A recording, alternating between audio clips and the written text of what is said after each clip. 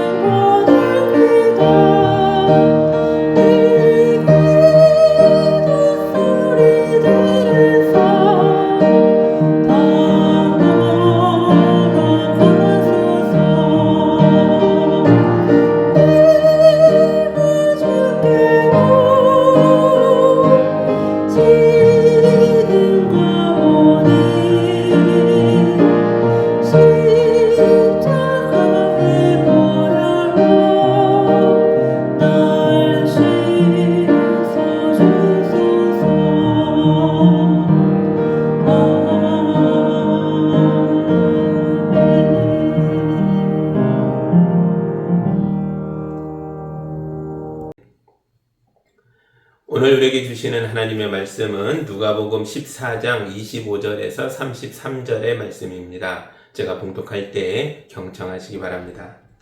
많은 무리가 예수와 동행하였다. 예수께서 돌아서서 그들에게 말씀하셨다. 누구든지 내게로 오는 사람은 자기 아버지나 어머니나 아내나 자식이나 형제나 자매뿐만 아니라 심지어 자기 목숨까지도 미워하지 않으면 내 제자가 될 수 없다. 누구든지 자기 십자가를 지고 나를 따라오지 않으면 내 제자가 될 수 없다. 너희 가운데서 누가 망대를 세우려고 하면 그것을 완성할 만한 비용이 자기에게 있는지를 먼저 앉아서 셈하여 보아야 하지 않겠느냐. 그렇게 하지 않아서 기초만 놓은 채 완성하지 못하면 보는 사람들이 그를 비웃을 것이며 이 사람이 짓기를 시작만 하고 끝내지는 못하였구나 하고 말할 것이다. 또 어떤 임금이 다른 임금과 싸우러 나가려면 2만 명을 거느리고서 자기에게로 쳐들어오는 그를 자기가 10,000명으로 당해낼 수 있을지를 먼저 앉아서 헤아려 보아야 하지 않겠느냐. 당해낼 수 없겠으면 그가 아직 멀리 있을 동안에 사신을 보내서 화친을 청할 것이다. 그러므로 이와 같이 너희 가운데서 누구라도 자기 소유를 다 버리지 않으면 내 제자가 될 수 없다. 아멘. 잠깐 기도합니다. 우리 예수님께서 제자의 길에 대해서 밝혀주시는 말씀을 읽었습니다. 이 말씀을 깊이 생각해보고 내가 참 제자인지 아닌지 생각하고 주님을 따를 수 있도록 인도하여 주옵소서. 예수님의 이름으로 기도합니다. 아멘. 옛날 중국에 무술의 고수가 있었습니다. 아무도 대적할 수 없는 엄청난 고수여서 황제도 존경하는 사람이었습니다. 그러나 이 사람에게 큰 고민이 있었는데요. 그것은 바로 자기 뒤를 이을 제자가 없다는 것이었습니다. 물론 고수에게 무술을 배우겠다 하는 사람은 많이 있었습니다. 그래서 거대한 문파를 세울 정도로 고수 밑에 사람이 많아졌습니다. 그러나 그들은 모두 싸움의 기술만을 원할 뿐이었고 고수의 마음과 깨달음과 정신세계를 이어가겠다는 사람은 한 명도 없었던 거죠. 예수님에게도 비슷한 고민이 있으셨습니다. 무술의 고수 앞에 사람들이 많이 모였던 것처럼 예수님 앞에도 사람들이 많이 모여 있습니다. 성경은 그런 사람들을 무리라고 불렀습니다. 25절입니다. 많은 무리가 예수와 동행하였다. 예수께서 돌아서서 그들에게 말씀하셨다. 아멘. 예수님을 따르는 무리가 아주 크게 불어났습니다. 그래서 누가복음의 저자가 무리 앞에 폴루스라는 수식어를 붙였습니다. 우리 성경에서는 이 폴루스를 많은이라고 번역했지만 이 단어의 원래 뜻은 커다란이란 뜻입니다. 예수님과 동행하고 있는 사람들이 너무 많아져서 숫자로 세기가 어려울 정도가 됐습니다. 그래서 숫자가 아닌 규모의 언어로 이렇게 크다라고 표현한 것입니다. 무술의 고수를 동경해서 모인 사람들처럼 이 커다란 무리도 예수님을 동경해서 모인 사람들입니다. 그들이 예수님을 동경해 오는 이유가 매우 다양했겠죠. 어떤 이들은 호기심으로, 어떤 이들은 민족 부흥의 기대감으로, 어떤 이들은 출세욕으로, 어떤 이들은 병고침에 대한 소망으로 예수님을 따르고 있습니다. 그래서 이 큰 무리 속에서 진짜 제자는 몇 사람 되지 않았습니다. 제자란 성경에 나오는 마데테스라는 단어를 우리말로 옮긴 것입니다. 성경에 마데테스라는 단어가 270번 정도 나오거든요. 그 중에서 262번이 복음서와 사도행전에 집중적으로 나옵니다. 그러니까 성경은 거의 모든 경우에서 확률로 치면 99%의 확률로 이 제자라는 단어를 예수님과 특별한 관계를 가진 사람들에게만 한정해서 사용했다는 걸 알 수 있습니다. 그들이 누구예요? 복음서에서는 12제자들이고요. 사도행전에서는 조금 더 확장돼서 교회도 포함됩니다.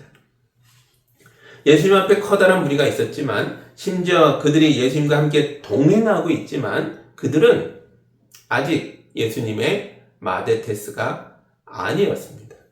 그들은 예수님을 통해서 자기의 지적 호기심을 또 영적 호기심을 채우려는 사람들이었고 예수님을 통해 자기 병을 고치려는 사람들, 예수님을 통해 민족 해방과 독립을 이루려고 하는 사람들, 예수님을 통해 출세도 하고 부자도 되고 싶어하는 사람들일 뿐이었다는 거죠.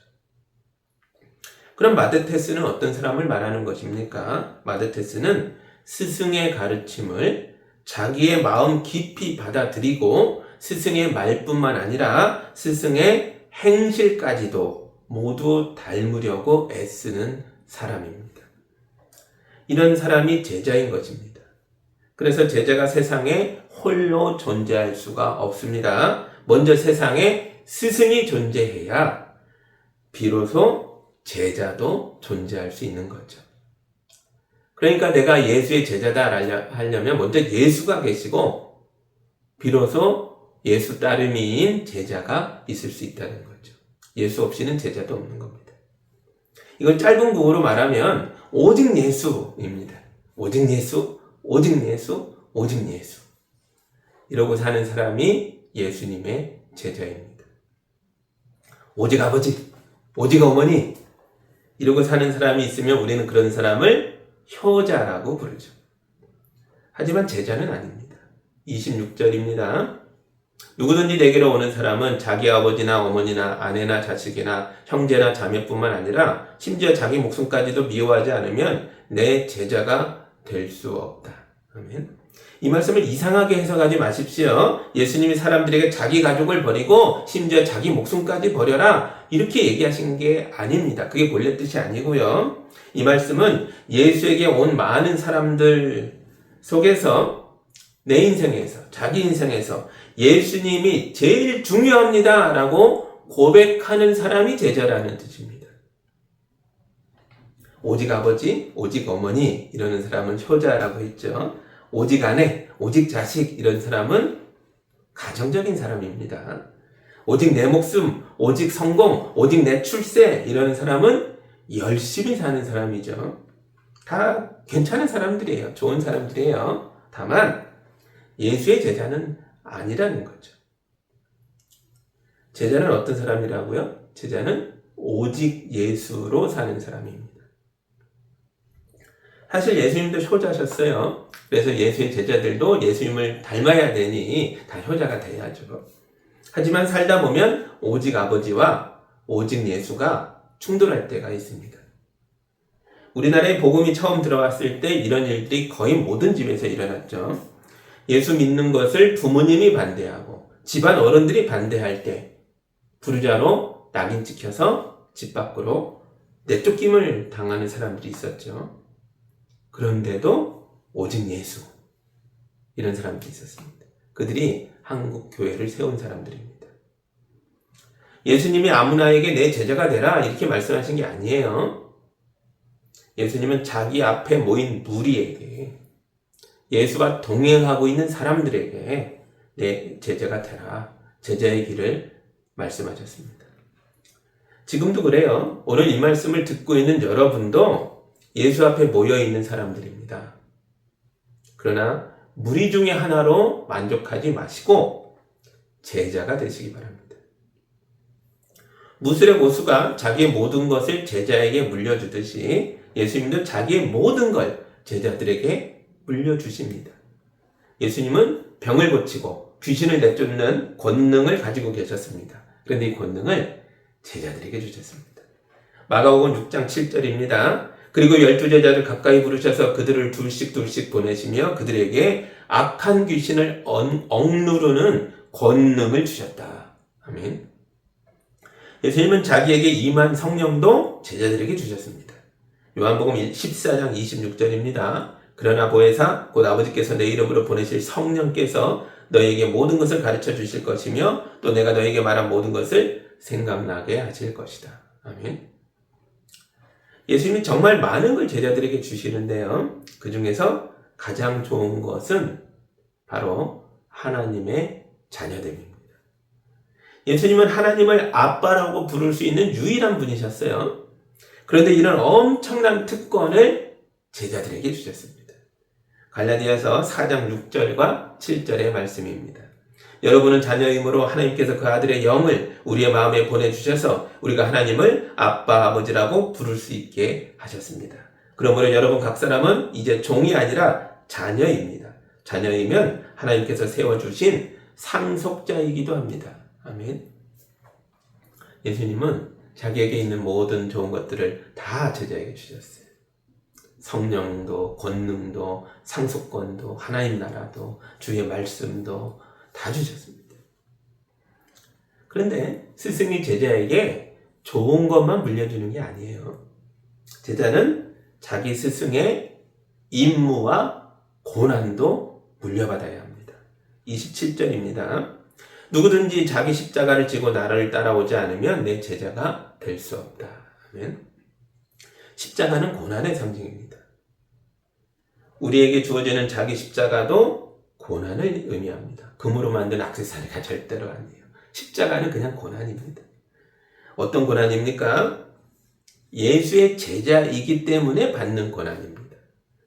예수님을 따르기 위하여 집안의 부르자로 낙인 찍히는 고난을 받아들이는 사람이 제자입니다. 그렇다고 진짜 부르자가 되라는 게 아니죠. 예수의 제자는 자기 부모의 구원을 위하여 자기 목숨 걸고 노력해야 합니다. 예수님도 그러셨거든요. 예수님이 처음부터 막 부모의 인정을 받고 한 게 아니었잖아요. 예수께서 사역하실 때 미쳤다는 소리가 들리자 마리아가, 어머니가 동생들과 함께 와서 예수님을 잡아가려고 했습니다. 오해를 많이 받으셨죠. 그런데도 예수님은 끝까지 자기 어머니를 사랑하셨습니다. 그래서 십자가 위에 달려 죽게 됐을 때조차 자기 어머니 마리아를 기억하시고 이름을 부르시고 제자 중에 하나에게 내 어머니를 돌보아 달라고 부탁하셨습니다. 그래서 자기 십자가는 첫째, 예수의 제자가 됐기 때문에 받는 고난이고, 둘째, 예수의 제자이기 때문에 스스로 짊어지는 고난입니다. 앞의 고난은 수동적으로 찾아오는 고난이라면 뒤의 고난은 내가 찾아서 능동적으로 짊어지는 고난입니다. 이게 자기 십자가예요. 어떤 딸이 믿지 않는 부모를 전도하려고 어린 자식의 손을 잡고 친정을 방문했습니다. 어머니는 딸이 왔는데도, 귀여운 손주가 왔는데도 등을 돌리고 누워서 일어나 보지도 않았습니다. 그런데도 그 딸은 어머니를 찾아가고 또 찾아가서 복음을 전했습니다. 그렇게 수년이 흘렀을 때 마침내 부모님과 형제 자매가 모두 예수님을 믿게 됐습니다. 예수님이 십자가를 억지로 지고 가라고 하시는 게 아니에요. 예수님 스스로도 능동적으로 십자가를 지셨다는 것을 기억하십시오. 이번 6월절에 예루살렘에 올라가면 그곳에 십자가의 죽음이 기다리고 있다는 것을 알고 계셨는데도 예수님은 그 십자가를 짊어지기 위하여 스스로 예루살렘으로 올라가셨습니다. 제자들의 자기 십자가도 억지로 지고 가는 게 아니라는 거죠. 베드로는 로마에서 십자가에 거꾸로 매달려 죽게 됐는데요. 도망갈 수 있었는데도 도망가지 않고, 숨을 수 있었는데도 숨지 않고 자기 십자가를 향해 나아갔습니다. 왜 그래요? 제자이니까요. 바울은 예루살렘에 가면 고난이 있을 거라는 예언을 받았습니다. 그래서 바울을 아끼는 사람들이 간곡한 말로 예루살렘에 가지 말라고 말렸습니다. 그런데도 바울이 예루살렘에 가서 체포당합니다. 어리석게 왜 이러는 겁니까? 제자이니까요. 제자여서 자기 십자가를 스스로 짊어진 것입니다. 여러분, 제자 되면은 화려한 것, 좋은 것만 있는 게 아니라는 걸 기억하십시오. 고난도 있고 자기 십자가도 있습니다. 그러므로 예수의 제자가 되어 오직 예수 하면서 산다는 것은 이게 어떤 삶인지에 대해서 깊이 따져보고 생각해보고 계산해보고 결정하셔야 합니다. 예수님도 계산을 해보라고 하셨습니다. 28절에서 30절입니다. 너희 가운데서 누가 망대를 세우려고 하면 그것을 완성할 만한 비용이 자기에게 있는지를 먼저 앉아서 세마해 보아야 하지 않겠느냐. 그렇게 하지 않아서 기초만 놓은 채 완성하지 못하면 보는 사람들이 그를 비웃을 것이며 이 사람이 짓기를 시작만 하고 끝내지는 못하였구나 하고 말할 것이다. 아멘. 어떤 사람이 건물을 세우려고 큰 땅을 샀습니다. 포크레인으로 언덕을 깎아 평지를 만들고 H빔을 땅에 촘촘하게 박아서 기초공사를 단단하게 했습니다. 그런데 중간에 돈이 떨어졌어요. 토목공사만 하고 건물을 세우지는 못했다는 거죠. 이 현장을 방수포로 덮어 수년간 방치했다가 결국 경매에 헐값에 팔려버렸습니다. 도시 곳곳에 이런 현장이 많이 있습니다. 건축을 하려는 사람은 시작 단계부터 완공에 이르기까지 치밀하게 계산을 해봐야죠. 그러지 못해서 중간에 돈 떨어지면 엄청나게 큰 손해를 입게 됩니다. 예수님은 제자가 되는 것도 이와 비슷하다라고 말씀하십니다. 33절입니다. 그러므로 이와 같이 너희 가운데서 누구라도 자기 소유를 다 버리지 않으면 내 제자가 될 수 없다. 아멘. 예수의 제자가 된 사람은 이제부터 오직 예수로만 살아야 합니다. 오직 돈? 안 됩니다. 오직 부모? 안 됩니다. 오직 가족? 안 됩니다. 오직 나라, 오직 회사, 오직 성공, 오직 병고침 다 안 됩니다. 오직 예수인 사람만이 예수님의 제자입니다. 이런 일을 어떻게 아무 계산 없이 그냥 선택할 수 있겠냐는 거죠. 예수님을 믿게 되면, 교회에 출석하게 되면, 그래서 오직 예수로만 살려고 하면 내 인생에 어떤 일들이 일어나게 될지를 계산해 보셔야 합니다. 깊이 고민해 봐야 합니다. 내가 무엇을 얻게 될 것이며 무엇을 잃게 될 것인가 따져봐야죠. 우리 신앙은 맹목적인 신앙이 아닙니다. 예수님은 분명히 계산해 보라고 하셨습니다. 이렇게 깊이 고민하고 기도하고 결정해야 그게 진짜 제자의 길을 걷는 사람입니다. 예수님은 당국자들에게 미움을 받는 존재였습니다. 예수님은 로마의 권력자들에게, 헤롯 왕에게, 심지어 예루살렘 성전의 제사장들에게까지 미움을 받는 존재였습니다. 이런 사람의 제자가 되는 게 어찌 아무 생각 없이, 아무 계산 없이 결정할 수 있냐 하는 거죠. 심사숙고해봐야 합니다. 복음서의 제자들은 12제자였다면 사도행전은 교회를 얘기한다 그랬죠. 교회 교인이 되는 게 아무 생각 없이 될 수 있겠습니까? 이 당시에는 예수님 믿는다는 것, 세례 받는다는 것, 교회 등록 교인이 된다는 건 엄청난 유언 부담을 감수한다는 뜻이었습니다. 교회 다니면 가족으로부터 쫓겨날 수 있었습니다. 사회적으로 고립될 수도 있었습니다. 잡혀가서 감옥에 갇히고 매를 맞고 심하면 죽임을 당할 수도 있었습니다. 그런데도 초대교회 성도들은 이 모든 일을 알면서도 세례를 받았습니다. 매주 교회에 와서 예배를 드렸습니다. 그래서 교인들을 제자라고 부른 겁니다. 오늘날에는 교회 다닌다고 해서 다 제자가 될 수 있는 상황이 아닙니다. 왜냐하면 지금은 이 교회도 가보고 저 교회도 가보면서 편하게 신앙생활하는 것이 가능해진 시대이기 때문입니다.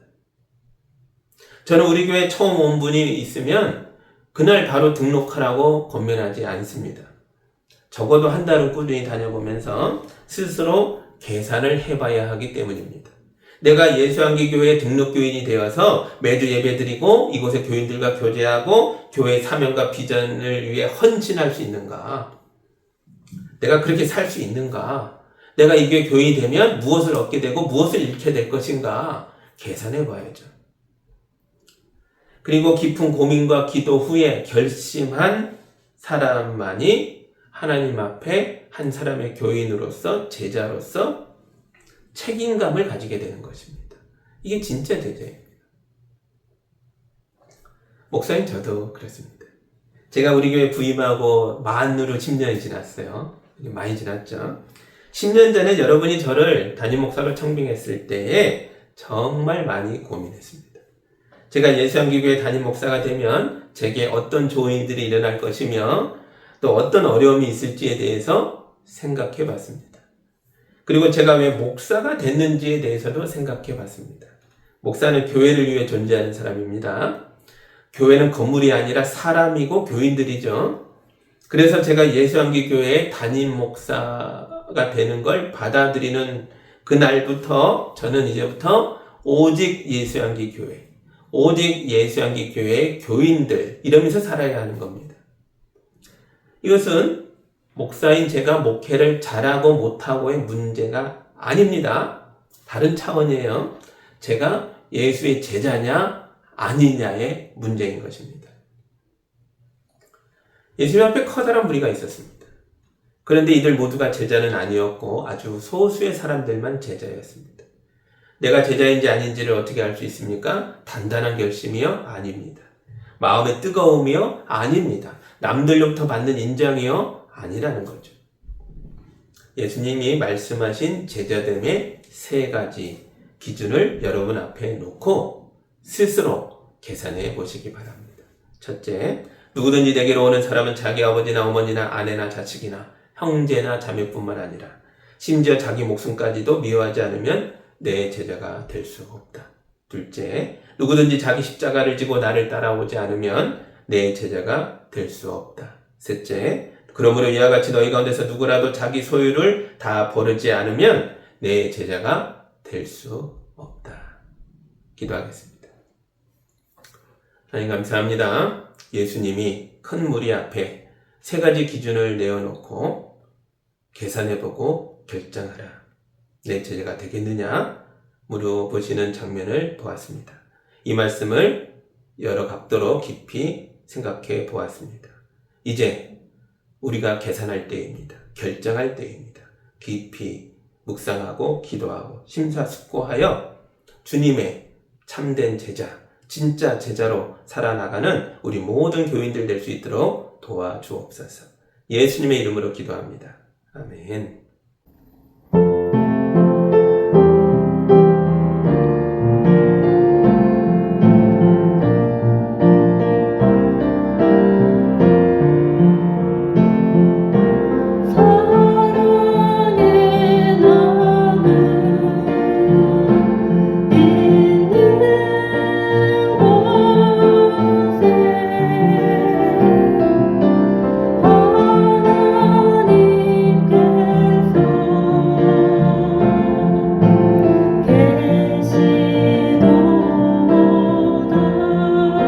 하나님 아버지 감사합니다. 우리 성도들이 제자됨으로 예물을 올려드렸습니다.